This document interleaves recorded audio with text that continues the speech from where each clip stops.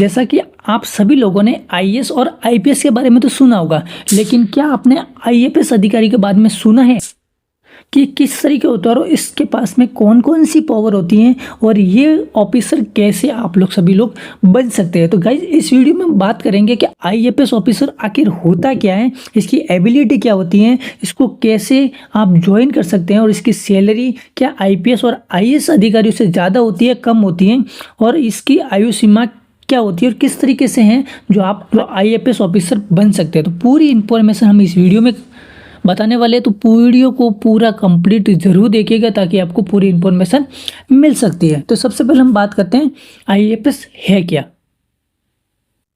IFS की full form Indian foreign services है, जो देश के विदेश मंत्रालय के कार्यों को संभालने के लिए एक विभाग बनाया गया है। भारतीय विदेश मंत्रालय ये मंत्रालय जो देश के बाहर होने वाले देश के सभी जुड़े मसलों को मैनेज करता है और इन्हीं कार्यों के लिए नियुक्ति होने वाले अधिकारी आईएफएस ऑफिसर कहलाते हैं।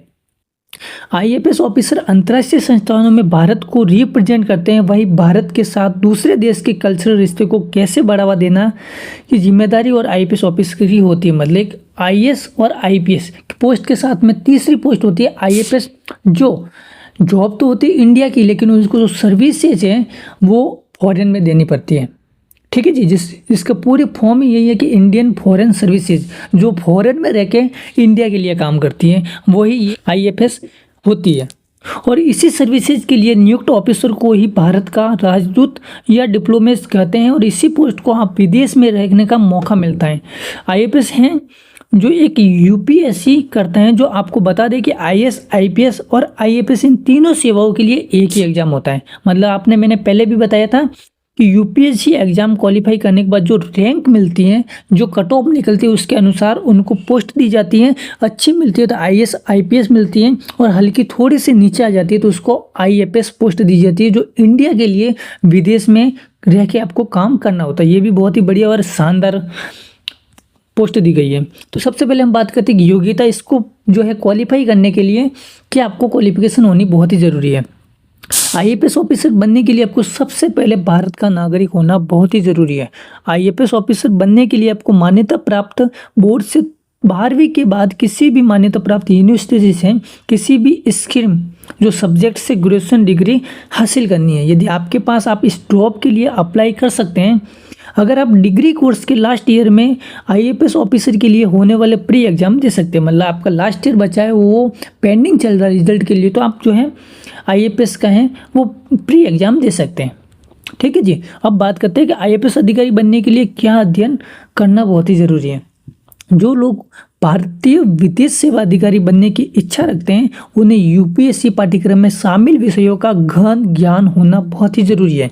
यूपीएससी सीएससी देश की सबसे कठिन सरकारी परीक्षाओं में से एक है और इस परीक्षाओं को पास करने के लिए तैयारी बहुत ही ठोस होनी चाहिए, जिसमें आपको देख सकते हैं ये इस तरह का सिलेबस है, जिसमें इतिहास, भारतीय संस्कृति, भूगोल, अर्थव्यवस्था, करंट अफेयर से विज्ञान, प्रौद्योगिकी है, पर्यावरण और परिस्थितिकी से रिलेटेड आप क्वेश्चन पढ़ सकते हैं। उनका जो भी है पाठ्यक्रम आप अध्ययन कर सकते हैं, तो इसके रिलेटिव भी आपका क्वेश्चन आता है जो जीके रिलेटेड आप मान सकते हैं। ठीक है जी, अगली हम बात करते हैं कि आयु सीमा क्या रहने वाली, एज लिमिट इसमें क्या रहने वाली। तो बताना चाहूँगा 21 से लेकर 32 वर्ष आयु होनी बहुत ही ज़रूरी है, जो है ओबीसी कैटेगरी और जनरल कैटेगरी के लिए है। ठीक है जी, और साथ में यदि बात करें एससी एसटी की तो 21 से लेकर 37 वर्ष आयु होनी बहुत ही ज़रूरी है, और अदर जो कैटेगरी है उनके लिए थोड़ी बहुत छूट दे रखी है, जैसे एससी एसटी कैटेगरी है उनके लिए थोड़ी बहुत छूट दे रखी है। बताना चाहूँगा कौन सी कैटेगरी में कितना अटेम्प्ट्स कर सकती है, मतलब कितनी बार आप एग्जाम दे सकती है आईपीएस का। सामान्य कैटेगरी है 32 साल तक आप दे सकते हैं, इसमें 6 अटेम्प्ट्स होते हैं। ईडब्ल्यूएस में वो भी 9 अटेम्प्ट्स होते हैं, और एससी एसटी में कोई सीमा नहीं है, और अन्य पिछड़ा वर्ग है उसमें 9 अटेम्प्ट्स दे सकते हैं। मतलब आईपीएस के लिए परीक्षाओं की संख्या है ये कि आप अटेम्प्ट्स इसमें दे सकते हैं। चलिए तो हम बात करते हैं कि कैसे आप आईएफएस की तैयारी कर सकते हैं। तो आईएफएस ऑफिसर बनने के लिए आपको सबसे पहले यूपीएससी एग्जाम के सिलेबस के बारे में अच्छे से जानकारी लेनी बहुत ही जरूरी है, जो मैंने आपको पहले ही बता दिया है। आईपीएस ऑफिसर की तैयारी करने के लिए डेली 7 से 8 घंटा नॉर्मली है जो पढ़ाई करनी पड़ेगी, और सप्ताह में कौन से दिन आपको सब्जेक्ट पढ़ना है वो आपके ऊपर डिपेंड करता है, आपके ऊपर है। और करंट अफेयर आप देख सकते हैं, जो भी डेली का न्यूज़पेपर आता है, करंट अफेयर आता है, वो पढ़ाई आप कर सकते हैं, क्योंकि इससे ज़्यादातर आपको जीके के क्वेश्चन आपसे पूछे जाएंगे। ठीक है जी। आईएपीएस ऑफिसर बनने के लिए आपको सबसे पहले यूपीएससी की परीक्षा देनी होगी, जो 3 चरण में होने वाली। सबसे पहले होगा प्रीलिम्स एग्जाम, मेंस एग्जाम और लास्ट होगा आपका इंटरव्यू। ठीक है जी, 2 एग्जाम ये होने वाले और लास्ट आपका इंटरव्यू होते ही आपका डायरेक्टली सिलेक्शन हो जाएगा। तो अब हम बात करते हैं कि आईपीएस की सैलरी कितनी होती है। ये सबको जानना बहुत ही आवश्यक है, क्योंकि आईपीएस ऑफिसर की सैलरी है वो 60,000 से लेके 2.5 लाख तक आपको सैलरी मिल सकती है, और विदेश में पोस्टेज की सैलरी ज़्यादा होती है। ठीक है जी, तो इतनी ये जानकारी थी जो मैंने आपको बता दी। तो आई होप तो ये वीडियो आपके लिए बहुत ही अच्छा रहेगा। वीडियो कैसा लगा मैं कमेंट में लिख के ज़रूर बताइए, और मुझे कमेंट में ये भी बताइए कि आईएएस और आईपीएस और ये आईएफएस लास्ट जो तीसरी कैटेगरी है, उनमें से तीनों में से जो अच्छी पोस्ट है वो कौन सी है, और आप इनमें से क्या बनना चाहते हैं, या आने वाली पीढ़ी को आप क्या बनाना चाहेंगे, आईएफएस, आईपीएस या फिर आईएएस। मुझे जरूर कमेंट में लिख के ज़रूर बताइए, और अपने दोस्तों के साथ शेयर जरूर कीजिए, ताकि वो भी इनके बारे में विशेष जानकारी समझ पाएंगे।